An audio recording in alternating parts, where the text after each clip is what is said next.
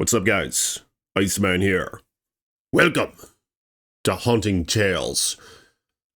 So there was a shark attack, and I would cover shark attacks on this channel quite frequently not too long back.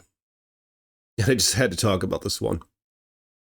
It happened in Australia. She was only 17 years of age. This poor teenage female with her whole life ahead of her.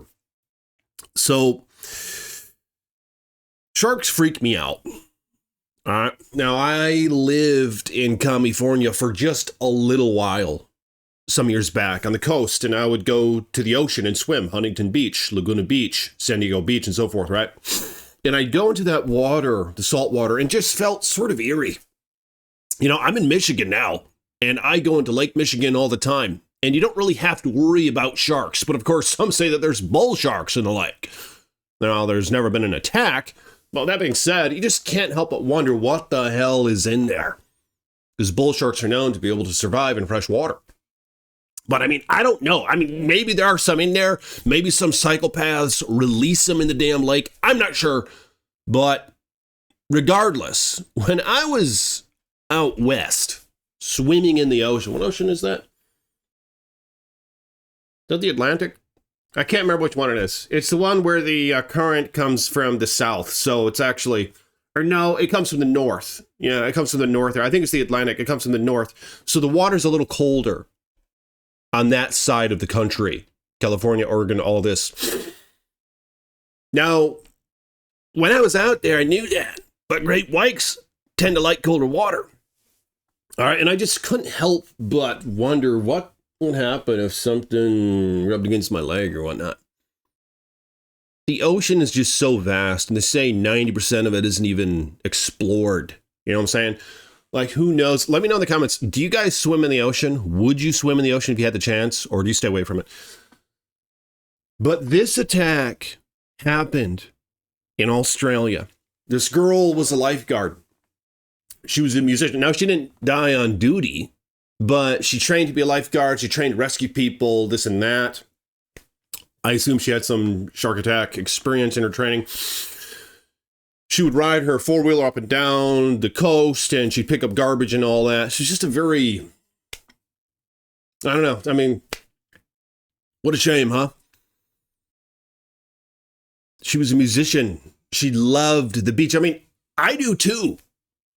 You know, I love the beach. I love lying out in the sun. I love just the people, the sounds, the seagulls, the water.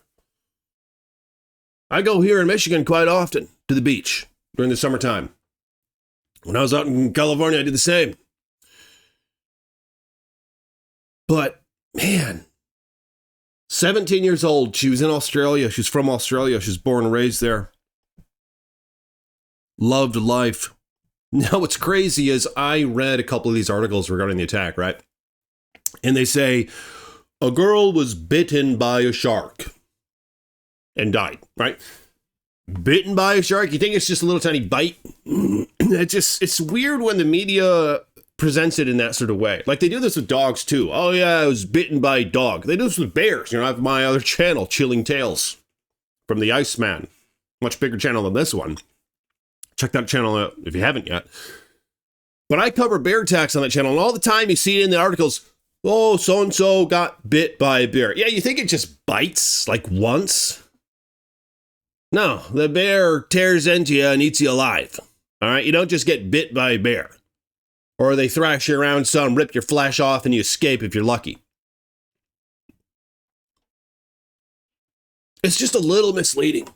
That this is what the big media does. I don't know. Am I what do you guys think? I mean, I don't think I'm criticizing. That's just how I feel. That's my observation. That's the reality of things. All right. I don't think there's any ifs, ands, or buts about it. And we all know that they are activists to an extent. I'm not saying they should demonize these creatures, but come on, you got bit? No, it latched down to your shoulder and it ripped your fucking arm off. Then it swam around in your blood and it grabbed you again and pulled you under and tried to eat you. Ripped a hunk of your thigh off. You know what I'm saying? It didn't just bite you. Oh, geez. This whole bit by whatever thing is just crazy. I mean, I guess I got to start writing these fucking articles. Excuse my language, but I mean, people, I mean, it's not, you don't get concerned when you just get bit by a damn fish, It's not as, oh, maybe I should evaluate, my surroundings a bit more. I mean, they are rare, okay? It's all about risk evaluation, right? Like, you could look at the numbers, you'd be like, okay, super slim chance, but do I want to put myself up to those chances? And like I said, I did. I still do. I still swim in Lake Michigan now. There's never been a shark attack there, but some say there's freaking bull sharks in that water, so you just don't know. But that's what life is, But I mean, I just, at this point, I don't know if I'd swim in the damn ocean. I remember I went down to Louisiana some years ago when I was a late teenager. I was 17 years old. No, I think I was 19 years old. And it was after the hurricane, right? I actually did some hurricane relief there. I just kind of helped out, set things up, try to build some houses, this and that. I just helped out. But we stayed at some little campsite that was only 500 yards from the ocean.